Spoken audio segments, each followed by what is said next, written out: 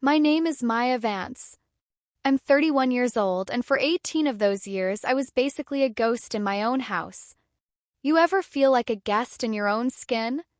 Like you're just taking up space in a place where your name used to mean something? That's been my life since I was a kid. She's independent because she's not really part of this family, Richard, my father muttered. He wasn't saying it to me. He was saying it to the whiskey in his glass, his eyes fixed on the ice like it was the only thing in the room that mattered. It was Thanksgiving. Last November. My grandmother's house was packed, 31 people crammed into a dining room meant for maybe 15. The air was thick with the smell of turkey, sage, and that weird, heavy tension that only families who have been lying to each other for decades can produce. My Uncle Gary, who's never been one to bite his tongue, asked my dad what the hell that was supposed to mean. My father didn't flinch. He looked straight at me, the first time he'd really looked at me in years, and he roared it so loud the silverware on the table actually rattled. I'm done pretending, Gary. She's not my daughter. The room went dead silent. Gasp. I watched a fork slip from my aunt's fingers and clatter against her china plate. It sounded like a gunshot. My little cousin Leo, who's only 7, tugged on his mom's sleeve, his voice tiny and scared. Why is Uncle Richard yelling? I looked at my stepmother, Diane. She was already holding a tissue. She wasn't shocked. She didn't look upset. She looked like she'd been waiting for that exact line for 20 years. Whimper. She made this soft, fake crying sound, but her eyes were cold. I didn't realize it then, but she had been the one pulling the strings. She'd built this stage, and she was finally enjoying the show. But there was one thing Diane didn't know. Something she'd spent years trying to erase. It was sitting 10 feet away from me in the hallway closet, hidden behind a stack of old winter coats. A dusty blue shoebox. My grandmother, Eleanor, had tucked it there before she passed. She'd told me once, Maya, don't go looking for trouble. But if trouble comes for you, that box is where your answer lives. Looking back, I can still feel my heart hammering against my ribs. But to understand why my dad felt okay disowning me over turkey and gravy, you have to go back 19 years. I was 12 when we buried my mother, Sarah. Ovarian cancer. It was fast, 8 months from the day she felt a twinge to the day we were standing at the cemetery. I remember wearing a black dress she'd bought me for a middle school dance because nobody had thought to take the grieving kid shopping for a funeral. I felt small, frayed, and totally invisible. My father stood 3 feet away from me. He didn't reach for my hand. He didn't offer a shoulder. He looked at the coffin like it was a debt he'd finally settled. Sob. My grandmother Eleanor was the only one who touched me. She pulled me into her wool coat and whispered, "Breathe, baby." Just breathe. Her hands smelled like lavender and cold cream. I held on to her until the cemetery workers told us we had to leave. 4 months. That's all it took for my dad to bring Diane home. She's a friend from work, he said. Diane came with a daughter, Chloe. She was 9, with blonde curls and a smile that looked like it belonged in a commercial. My dad picked Chloe up and swung her around, laughing, a sound I hadn't heard since my mom got sick. He hadn't carried me like that since I was a toddler. Felt like a punch to the gut. Within 6 weeks, Diane moved in. Within 8, my bedroom, the one with the window looking out at the oak tree my mom planted, was given to Chloe. She's younger, Diane explained while she threw my stuff into boxes. She needs the sunlight. You'll be fine in the basement. So I moved to the basement. Concrete walls, one tiny window at ceiling height that only showed the feet of people walking by. I taped my honor roll certificates to the wall next to the light switch because I didn't even have a bookshelf. My grandmother came over that October and saw where they'd put me. She stood in the doorway for a long time, her jaw set. Then she whispered, "Maya, remember, this is my house. No one is pushing you out of this family." I didn't get the legal side of it then. I was just a kid trying not to cry in the dark. I was 14 the first time I heard the lie. I was up late working on a school project and went upstairs for water. I stopped at the kitchen door because Diane's voice was low and careful, that snake in the grass voice she used when she wanted to manipulate someone. Have you ever really looked at her, Richard? Truly. My dad was at the table, a beer in front of him. She doesn't have your jaw. She doesn't have those Vance eyes. And Sarah, she was so lonely when you were traveling for work. A woman gets lonely, Richard. Hearing her talk about my mom like that, I waited for my dad to roar. I waited for him to kick her out for slandering his dead wife. But he didn't. He just sat there, peeling the label off his beer, letting those words sink into his skin like poison. From that night on, he stopped looking me in the eye. I thought I'd done something wrong. I thought I was a walking reminder of the wife he lost. So I tried to be perfect. Cooked, I cleaned, I kept my grades at the top of my class. I tried to be so good he couldn't help but love me. But the more I tried, the more he pulled away. Diane was a master of the slow burn. She didn't scream. She used whispers. At cookout, she'd lean into an aunt's ear and say, "Richard's having such a hard time." He looks at Maya and just shuts down. I try to help, but it's not my place. She was gaslighting my entire life, one conversation at a time. By the time I was 18, I was a stranger in my own home. I asked my dad for help with college tuition. I'd rehearsed it in my basement mirror. "Dad, I got into the nursing program. I was wondering if—" "I'll think about it," he said, not even looking up from his paper.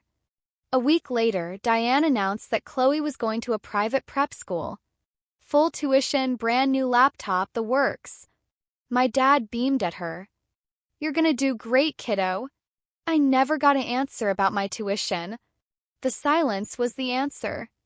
I was the black sheep, left out in the cold while they played happy family upstairs. I took out loans. I worked the 5 a.m. cafeteria shift and the midnight library shift. In 4 years of nursing school, my dad called me exactly 3 times. Each time it was to ask when I'd be graduating, not because he was proud, but because Diane wanted to know when my boxes would be out of the basement for good. Graduation day was bittersweet. I walked across that stage in my white coat, my heart pounding. My dad wasn't there. He and Diane had flown to Florida for Chloe's high school graduation. They chose her. They always chose her. Sob. But in the third row, clapping louder than anyone, was Eleanor. Afterward, she gave me a small velvet box. "This was your mother's," she said. "Wear it close. Eleanor passed away 2 years ago. I found out through a Facebook post from a cousin. My father hadn't even called me. By the time I drove home, the funeral was over. Diane met me at the door with that fake sympathy. "Oh, Maya, we tried to reach you." She told me the house had been left to my father. I saw a manila envelope on the counter from a law office, but Diane slid it under a stack of mail before I could see it. "Richard's handling the estate, dear." I felt like my last bit of ground had been pulled out from under me. But as I passed the hallway closet, I remembered Eleanor's voice. The box. I slipped in while Diane was busy and grabbed that blue shoebox, hiding it under my jacket. I didn't open it for 2 years. I was scared. Scared that maybe Diane was right and I wasn't a Vance. Then came the text from Chloe 3 weeks ago. "Dad wants everyone at Thanksgiving. He said to make sure you come." Felt like a summons. Called my Aunt Ruth. "They're trying to sell the house, Maya," she whispered. "Diane's been talking to realtors. But the title is messy. She needs you out of the picture so you won't claim anything." I arrived early on Thanksgiving. The house looked like a magazine cover, lights, wreaths, the whole deal. It looked like a home, but it felt like a trap. I saw my dad through the window, nursing a whiskey. He looked old. "Hi, Dad," I said. He didn't stand up. "You came," was all he said. 3 p.m. the house filled up. Everyone was there. I waited until Diane was in the kitchen and slipped the shoebox under a side table in the dining room. Then we sat. The dinner was torture. 45 minutes of Chloe's job and Diane's fresh start. Then Diane dropped the bomb. "We're thinking of selling the house." Uncle Gary frowned. "Does Maya have a say?" That's when my dad snapped. He stood up, face red. "She's not part of this.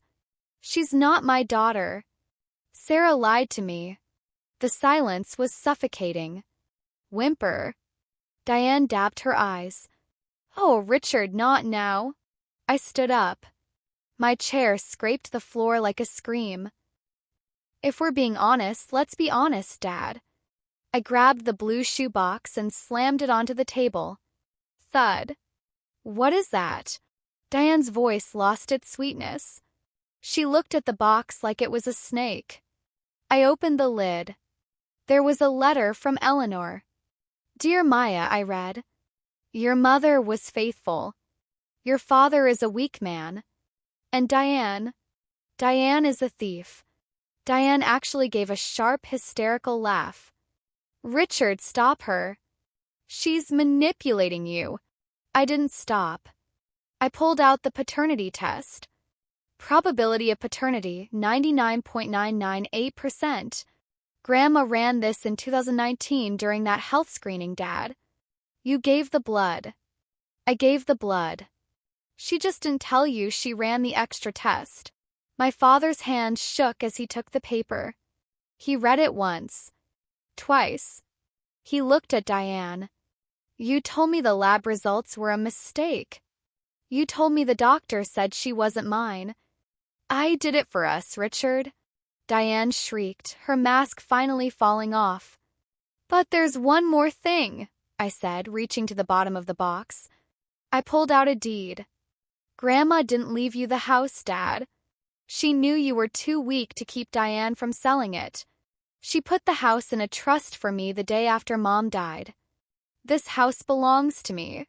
The room was so quiet you could hear the fire crackling. Diane turned white.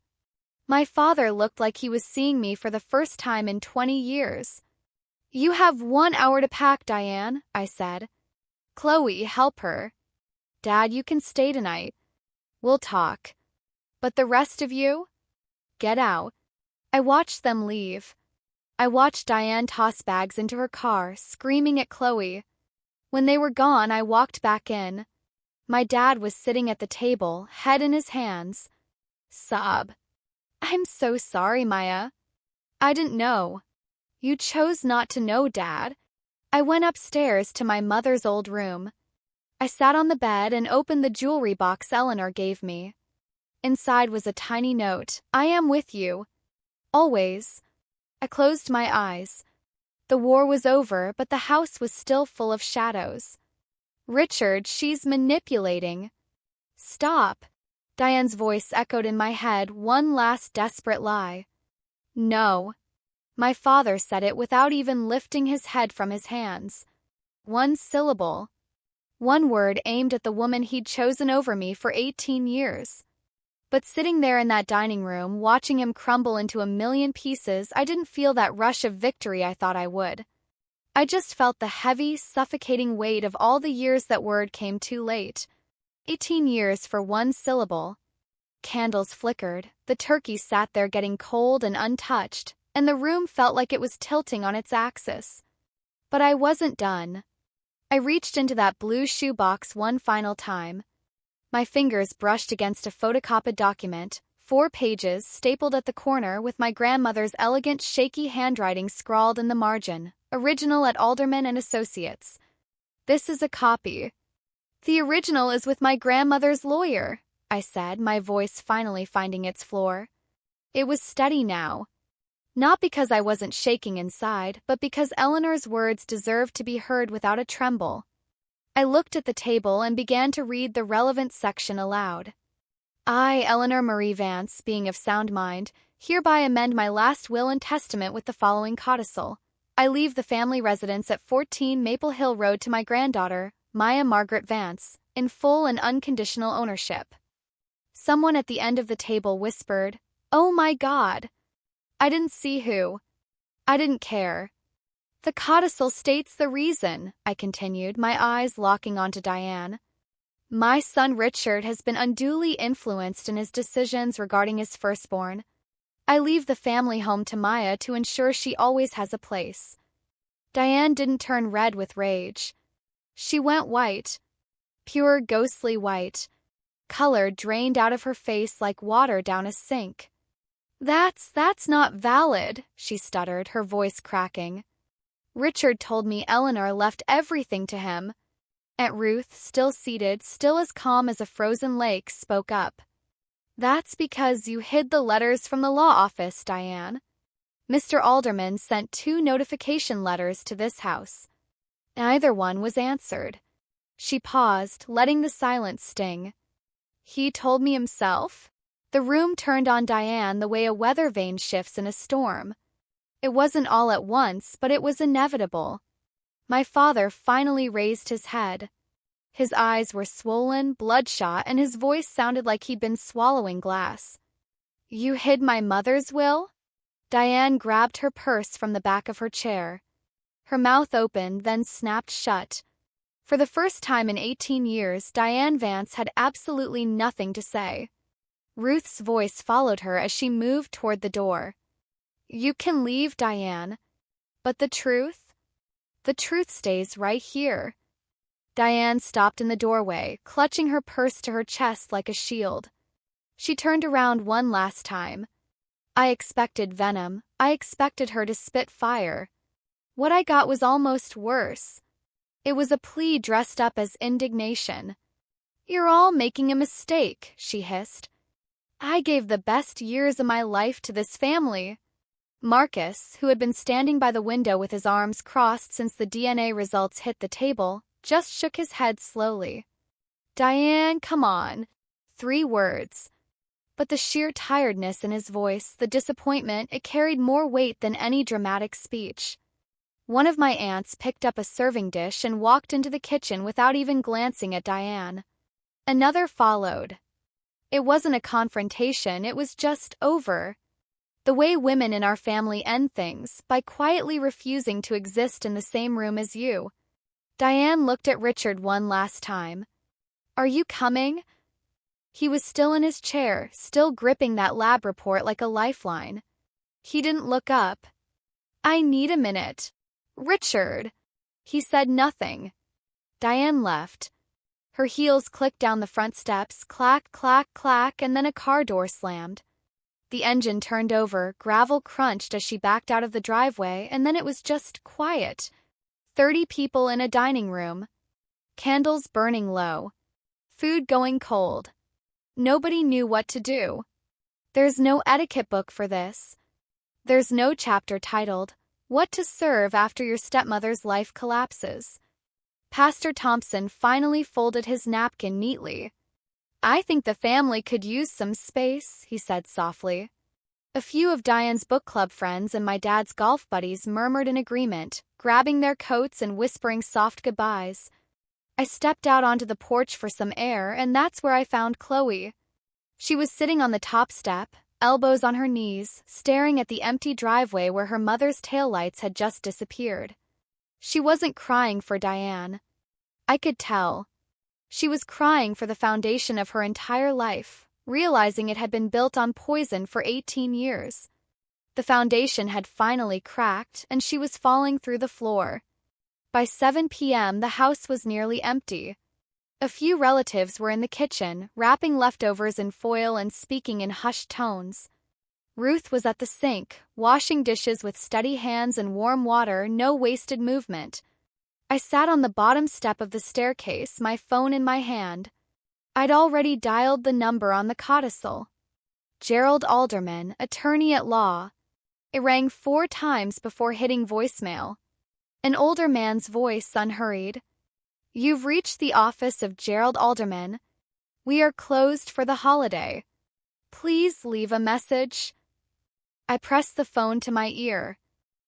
Mr. Alderman, this is Maya Vance, Eleanor's granddaughter. I found the box. I need to speak with you. Please call me back. I hung up and stared at the dark screen. The legal confirmation would have to wait. My father was still at the dining table, alone now. Plates had been cleared around him, but he hadn't moved. He looked like a man sitting in the ruins of a house he'd helped demolish. I walked past him toward the stairs. I stopped for a second. "I'm staying here tonight, Dad. In Grandma's room. We'll figure out the rest later." He looked up, his eyes older than 58. "Maya, Not tonight, Dad." I gripped the banister. "Not tonight." I climbed the stairs to Eleanor's room and opened the door. It smelled like lavender and the quilt she'd had since 1987. On the bedside table was a framed photo of my mother, young and laughing in the garden. Diane had stripped every other photo of Sarah from this house, but she had never dared to enter this room. I lay on my grandmother's bed and held that empty blue shoebox against my chest. It had done its job. But I didn't sleep. I just kept wondering why. Why did it take 18 years and a piece of paper for my father to finally see me? My phone rang at 8:14 the next morning. The room was cold and gray, typical late November in New England. "Miss Vance, this is Gerald Alderman. I received your message." His voice was warm and measured. "I've been expecting this call. Not today specifically, but eventually. Your grandmother told me it would come." I pulled the quilt around my shoulders. "Is it real? The codicil? Is it valid?" "It is. Eleanor executed it in my office on September 14, 2020. 2 witnesses notarized. She also signed a capacity declaration. I personally documented her mental acuity. I sent 2 letters to the house, Maya. Neither was acknowledged. I suspected interference. Diane intercepted them, I said. That's consistent with what I suspected. The probate court will take that very seriously. I exhaled, and for the first time it felt like my lungs actually worked. What do I do now? Come to my office Monday. It may take a few weeks to finalize the transfer, but the documentation is a fortress, Maya. Your grandmother made sure of that. I looked out the window at my mother's garden. It was mostly dead stalks and bare soil now, but the boxwood border she'd planted 25 years ago was still standing. Thank you, Mr. Alderman. Don't thank me, he said softly. Thank Eleanor. She did all the hard work. 2 weeks later, the wreckage was still being sorted. Diane hired a lawyer who took one look at the codicil, the witnesses, the notarization, the capacity filing, and declined the case. There was nothing to contest. Grandma had built her paperwork like a castle. Diane even called Pastor Thompson, asking him to talk to me about forgiveness and family unity. The pastor told her politely, I was there, Diane. I think the person who needs guidance right now isn't Maya. In town, the Whisper network flipped. For 18 years, Diane was the saint who saved Richard from grief. Now people were remembering things. She always did talk over Maya at the potlucks, didn't she?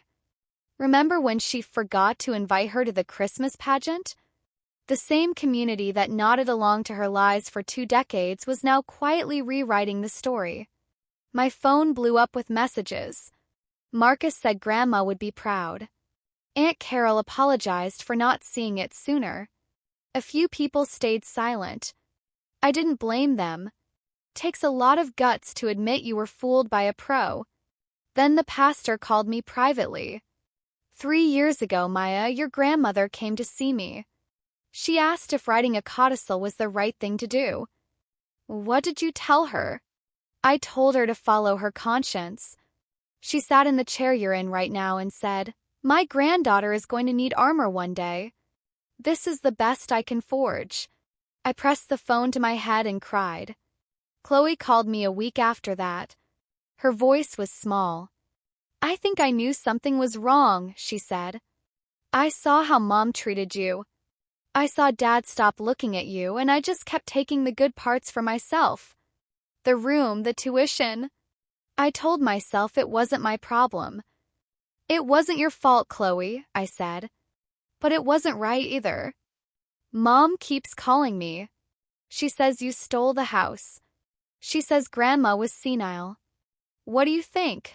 I think Grandma Eleanor was the only honest person in that house. There was a long pause. Yeah, Chloe whispered. Me too. Finally, my father asked to meet at a coffee shop. Neutral ground. He was already there when I arrived, hands wrapped around a mug like he was trying to warm his soul. I went through old photos last night, he said before I even sat down. You have my mother's eyes. You have Sarah's smile. How did I let myself forget that? I took off my coat. You didn't forget, Dad. You chose to believe someone else. He flinched. She started 6 months after the wedding. Diane, she told me she found messages on Sarah's old phone. Said she didn't want to hurt me, but I deserved to know. Sarah was gone.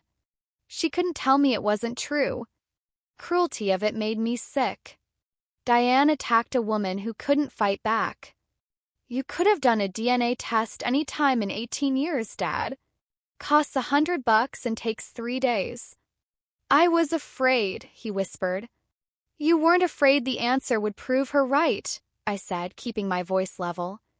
You were afraid it would prove her wrong, because then you'd have to face what you did to me. He didn't argue. He just nodded. The house is mine now, I said. I'm not selling it.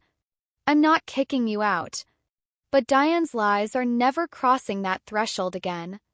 And if you want to be in my life, you have to earn it. Starting now. I left the money for the coffee and walked out. I didn't look back.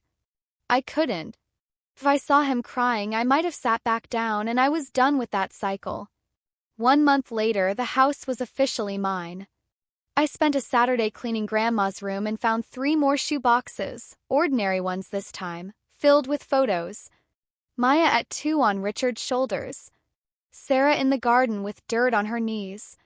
Eleanor holding me at graduation with the widest grin I'd ever seen. Carried them downstairs. The living room wall was bare. Diane had replaced every family photo with generic landscapes years ago. I hung my mother's photo first, right in the center. Sarah, 30 years old, with sunlight in her hair. I sat on the porch that evening with a cup of tea. In Grandma's nightstand, I'd found one last note. Not a legal document, just a scrap of paper. Maya, the house is just wood and walls. You are the home. Love, Grandma. I didn't win that night at Thanksgiving. There's no winning when your dad calls you a stranger. But I stopped losing. I stopped letting silence be mistaken for acceptance. I stopped setting myself on fire to keep their house warm. And it turned out the house was mine all along. If you're listening to this and you recognize the whispers, the favoritism, the feeling of being erased, you're not crazy. It's real. And you don't have to earn the love you were owed from birth. My grandmother taught me that. Not with a lecture, but with a blue shoebox and the truth she was brave enough to save when I was too young to save it myself. Time isn't forgiveness. Forgiveness requires change. And boundaries? They aren't walls. They're doors with locks. You decide who gets the key. This is my house now. 3 generations of Vance women held on to it. And for the first time in 18 years, I actually belong here. If this story hit home, share it with someone who needs a reminder that the truth always wins. Smash that like button and subscribe to the channel to catch the next one. Stay real, y'all.